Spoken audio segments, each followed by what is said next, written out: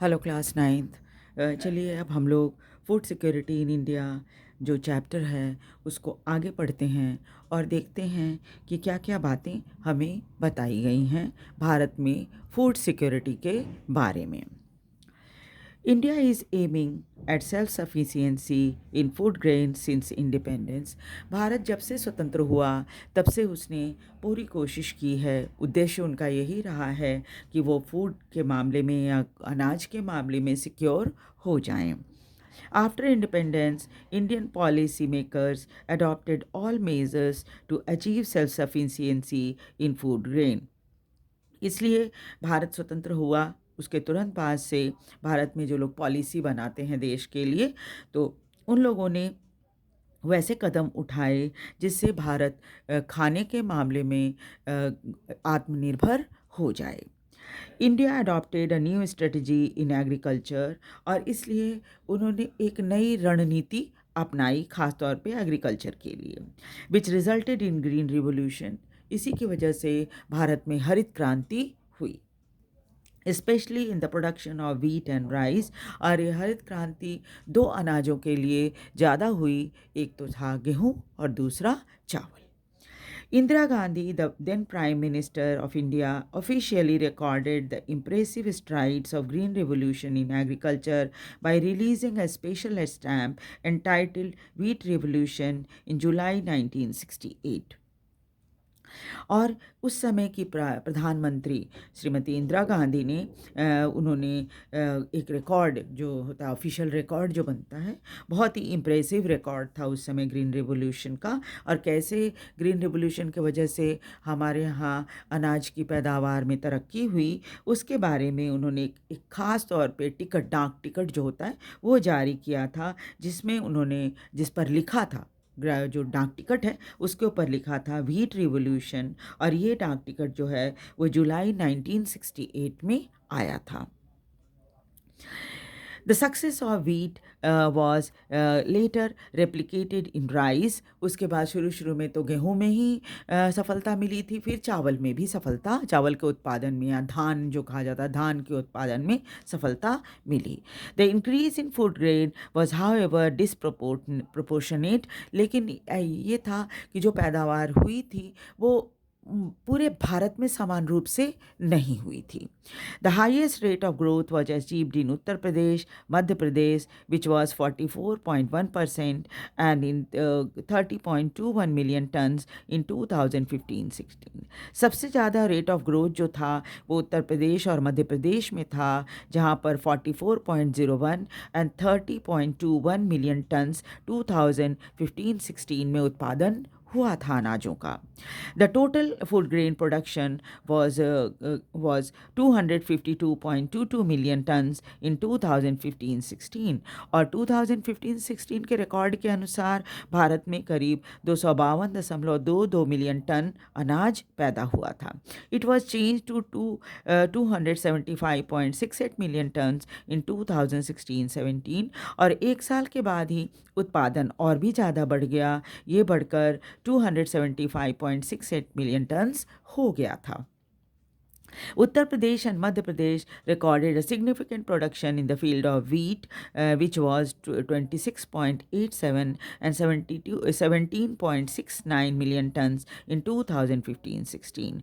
और ख़ास तौर पे उत्तर प्रदेश और मध्य प्रदेश में जो गेहूं की पैदावार थी वो काफ़ी बढ़ी थी, 26.87 और 17.69 मिलियन टन्स थी उत्तर प्रदेश और मध्य प्रदेश में। और ये रिकॉर्ड जो है वो 15-16 ईयर का है, 2015 एंड 16 का। West Bengal and UP on the other hand recorded significant production in rice. इसके अलावा पश्चिम बंगाल और उत्तर प्रदेश में भी जो है चावल की पैदावार बहुत अच्छी हुई थी, 15.75 and 12.51 million tons in 2015-16 respectively. और ये पैदावार जो थी वेस्ट बंगाल में 15.75 और उत्तर प्रदेश में ये 12.51 मिलियन टन्स थी। ये रिकॉर्ड 2015-16 का है। अब हम देखेंगे फूड सिक्योरिटी इन इंडिया, यानी कि भारत में खाद्य सुरक्षा।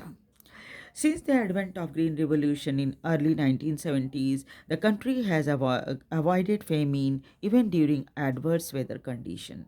जब से ग्रीन रेवोल्यूशन हुआ भारत में 1970 के बाद देश में कभी भी अकाल जैसी स्थिति या ऐसी एडवर्स कंडीशन या विपरीत परिस्थिति पैदा नहीं हुई. India has become self sufficient in food grain during last 30 years. और पिछले 30 सालों में भारत अनाज के मामले में बिल्कुल ही आत्मनिर्भर हो गया है. Because of variety of crop grown all over country, क्योंकि सिर्फ चावल और गेहूं ही नहीं बल्कि और भी दूसरी तरह के अनाज भी, जैसे ज्वार बाजरा है ना, ये सब मक्का, ये सब चीज़ें होती हैं. तो अलग अलग तरह के अनाज भी देश के अलग अलग राज्यों में उगाए जाते हैं. The availability of food grain even in adverse weather condition or otherwise at the country level has further level has further been ensured with carefully designed food security system by the government.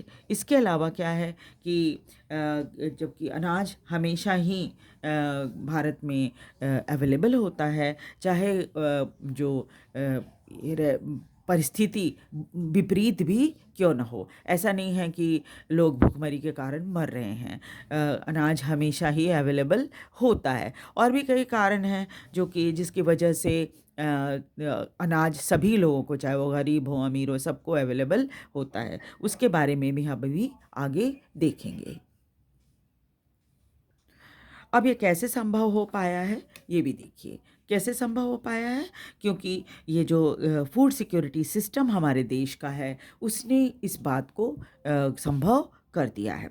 This system has 2 component. और जो system बना है food security का, उसके 2 component, 2 हिस्से हैं. पहला है बफर स्टॉक, मतलब सरकार के पास कितना स्टॉक है अनाज का, एंड पब्लिक डिस्ट्रीब्यूशन सिस्टम, या जो PDS होता है वो, यानी जो राशन कार्ड से आप राशन दुकानों से अनाज लेते हो वो. What is buffer stock? पहले हम ये समझते हैं कि बफर स्टॉक होता क्या है. अब पहले हम समझते हैं कि बफर स्टॉक होता क्या है. Buffer stock is a stock of food grain. अनाज का भंडार होता है. नेमली व्हीट एंड राइस, खास तौर पे गेहूं और चावल का, procured by the government through the food corporation of India. और ये अनाज सरकार के पास कैसे आता है? ये फूड कॉरपोरेशन ऑफ इंडिया के माध्यम से सरकार के पास जमा होता है. The FCI purchases food and rice, wheat and rice from the farmers in the state where there is a surplus production. अब क्या है, सरकार के पास ये अनाज फूड कॉरपोरेशन ऑफ इंडिया के थ्रू कैसे आता है? ये फूड कॉरपोरेशन इंडिया जो है वो गेहूं और चावल को उन किसानों से या उन राज्यों के किसानों से खरीदती है जिनके पास अपने उपयोग से ज़्यादा अनाज होता है, उससे सरकार खरीद लेती है. और जिसको सरप्लस कहा जाता है. जैसे आपके पास अगर पूरे साल में आप समझिए कि 100 टन अनाज, या आप 100 टन अनाज पैदावार करते हो और आपको 50 टन या 25 टन या 10 टन आपको अपने घर के लिए ज़रूरत है, तो बाकी जो आपके पास 100 टन अनाज में 10 टन आप रख लोगे तो 90 टन बेचोगे ना आप किसी को. तो इसी तरह से जो किसान जिनके पास ज़्यादा अनाज होता है उसको फूड कॉरपोरेशन ऑफ इंडिया खरीद लेती है. The farmers are paid a pre-announced price for their crop. और क्या करती है सरकार जो है किसानों को पहले ही से कीमत बता देती है कि इतने कीमत पर हम आपसे गेहूं या चावल खरीदेंगे. इसको कहा जाता है pre announced price for their crop. This price is called minimum support price. और इसी को जो सरकार पहले से अनाउंस कर देती है कि हम इतने कीमत पर आपसे गेहूं या चावल खरीदेंगे, उसको MSP या मिनिमम सपोर्ट प्राइस कहा जाता है. यानी किसानों को पहले से पता होता है कि अगर वो इतना अनाज पैदा करेंगे तो उनको इतनी कीमत सरकार से मिलने वाली है. The MSP is declared by the government every year before the sowing season to provide incentive to farmer for raising the production of these crop. और सरकार ऐसा क्यों करती है? सरकार को क्या फ़ायदा होगा इससे पहले से ही अनाज की कीमत बताने पर? तो ये होता है कि सरकार क्या करती है, कोई भी जैसे गेहूँ बोने का सीज़न जब शुरू होता है ना, तो उसके पहले अनाज का कीमत सरकार डिक्लेयर कर देती है। क्यों करती है? क्योंकि इससे क्या होता है, किसान जो है वो उत्साहित होते हैं ज़्यादा से ज़्यादा अनाज अपने खेत में पैदा करने के लिए, क्योंकि उनको पता है कि वो जितना ज़्यादा अनाज पैदा करेंगे उतना ही उनको सरकार से पैसा मिलेगा, है ना, हर टन का पैसा मिलेगा। The purchase food grain are stored in granaries. उसके बाद सरकार जब ये अनाज खरीद लेती है किसानों से, तो क्या करती है, अपने अनाज के गोदामों में इसको जमा करके रखती है। Do you know why this buffer stock is created by government? आपको ये भी लगता होगा कि इतना इतना अनाज सरकार करती क्या है, क्यों करती, बफर स्टॉक बनाती है। This is done to distribute food grain in the deficit area. ऐसा इसलिए करती है कि भारत के कई इलाके ऐसे हैं जहाँ पर इतना अनाज पैदा नहीं होता और वहाँ पर अनाज की कमी होती है, तो सरकार क्या करती है, ये इन अनाज को वहाँ तक पहुँचाती है जहाँ पर अनाज की कमी हो देश के अंदर ही।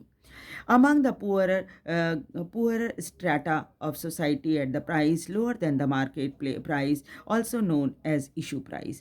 और क्या करती है कि जो अनाज है उसको ऐसे गरीब इलाकों में भी, या समाज के जो गरीब लोग हैं उनको डिस्ट्रीब्यूट करती है बहुत कम कीमत पर, और इसको इशू प्राइस कहा जाता है। यानी कि उन गरीबों को बाज़ार की तुलना में कम कीमत पर ये अनाज राशन दुकानों से प्राप्त हो जाता है।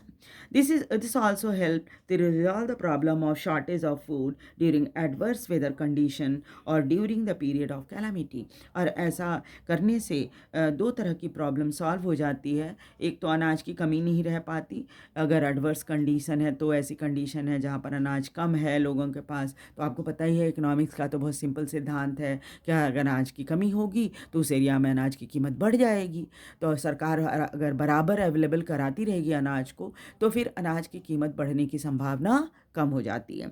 और साथ ही साथ क्या है कि अगर कोई कैलामिटी हो जाए, बाढ़ आ जाए, या कोई कई बार अर्थक्वेक आ जाता है या और दूसरी परेशानी हो जाती है, तो वैसे में भी अनाज की कमी कभी भी उस इलाके में नहीं होती। What is a public distribution system? अब हम देखेंगे पब्लिक डिस्ट्रीब्यूशन सिस्टम क्या होता है। PDS कहते हैं हम इसको शॉर्ट में। The food procured by FCI distributed through government regulated ration shops among the poorer section of the society। ये जो अनाज FCI किसानों से खरीदती है उसको सरकार की द्वारा रेगुलेट किए हुए जो राशन शॉप्स होते हैं उसके थ्रू उन गरीबों को अनाज मिलता है जिनके पास ये राशन कार्ड होता है। This is called public distribution system. इसको PDS कहा जाता है। Ration shops are now present in most locality. ज़्यादातर लोकेलिटी में राशन शॉप होते हैं, विलेजेस में भी होते हैं, टाउन्स में भी होते हैं, सिटीज़ या शहरों में भी होते हैं। There are about 5.5 lakh ration shops all over the country. अगर देखा जाए सरसरी तौर पे तो 5.5 लाख राशन शॉप्स पूरे भारत में हैं। Ration shops also known as fair price shop. Ration shops को हम फेयर प्राइस शॉप्स भी कहते हैं। Keep stock of food grain, sugar, kerosene for cooking. और यहाँ पर सिर्फ गेहूँ और चावल ही नहीं मिलता, बल्कि चीनी और केरोसिन ऑयल भी मिलता है जो कि खाना पकाने में, स्टोव वगैरह में इस्तेमाल होता है। These items are sold to the people at price lower than the market price. और यहाँ पर जो है अनाज जो है वो बाज़ार की तुलना में ज़्यादा सस्ते में मिल जाता है। Any family with ration card can buy stipulated amount of these item. और किसी के पास अगर राशन कार्ड है तो राशन कार्ड में जो लिखा रहता है कि कितना यूनिट आपको अनाज मिलेगा, उस हिसाब से उनको अनाज मिल जाता है। उदाहरण के लिए 35 किलो अनाज मिलता है, 5 लीटर केरोसिन ऑयल मिलता है और 5 किलो शुगर मिलता है every month from the near by ration shop. और आप चाहे तो पास के राशन शॉप से इन सभी चीज़ों को हर महीने ले सकते हैं। उसके बाद आगे हम चैप्टर में देखेंगे कि राशनिंग क्या होती है और कैसे कैसे भारत में ये काम करती है। ठीक है, तो नेक्स्ट क्लास में हम आगे चैप्टर को पढ़ेंगे और थोड़ा सा समझने की कोशिश करेंगे। थोड़ा ये भी जानेंगे कि हमारे यहाँ कितनी तरह के राशन कार्ड वगैरह होते हैं और उससे क्या लोगों को फ़ायदा है। वीडियो को लाइक और सब्सक्राइब भी ज़रूर कर दीजिए और शेयर भी कीजिए ताकि दूसरे बच्चे भी इसे देख सकें। Thank you very much. एक बार फिर से रिक्वेस्ट है, वीडियो को लाइक और सब्सक्राइब ज़रूर कर दीजिए।